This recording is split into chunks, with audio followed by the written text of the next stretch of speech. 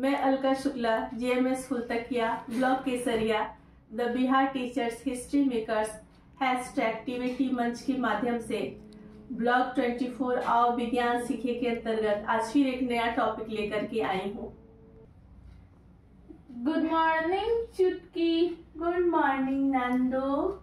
Ma'am ने मुझे पूरा बल्ब का टॉपिक तो पढ़ा दिया था, लेकिन बल्ब का परिणामिक शून्य नहीं पढ़ाया था और मुझे समझ में नहीं आया। जरा बताओ तो। ओहो, बस इतनी सी बात है।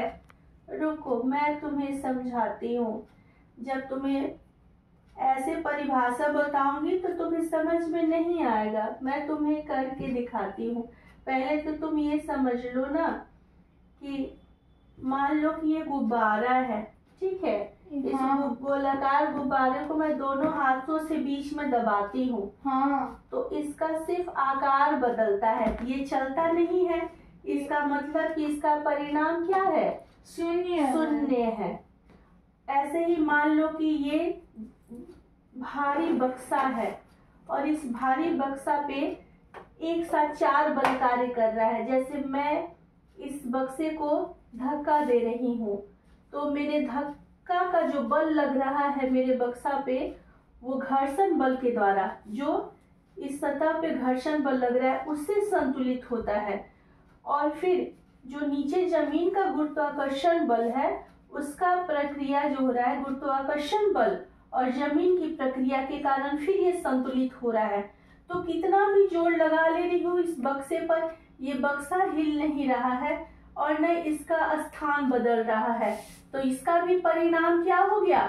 शून्य हो गया। अब जैसे एक दूसरा उदाहरण देखो। जैसे ये मेज पर ये किताब रख दी मैंने। देखो, ये मेज पर मैंने एक किताब रख दी। अब इस किताब को नीचे से खींचने वाला जो गुरुत्वाकर्षण बल होता है और उसे ऊपर धकेलने वाला मेज के समर्थन बल से संतुलित होता है। इसका मतलब कि ये भी क्या हुआ? संतुलित हो गया।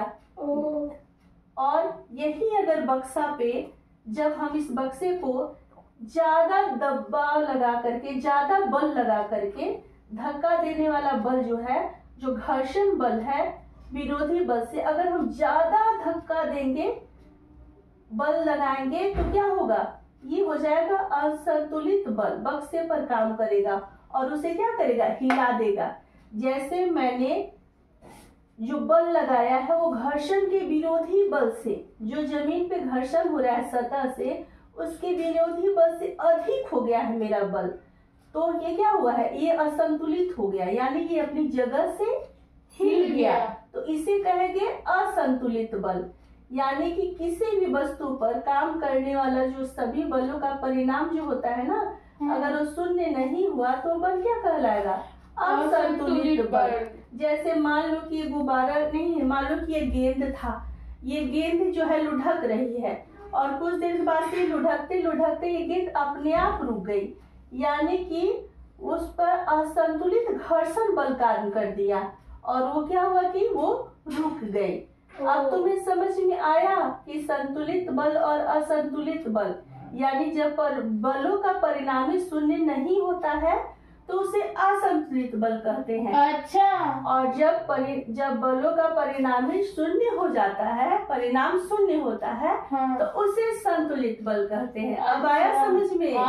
चुटकी बहुत अच्छे से। फिर मिलेंगे अगले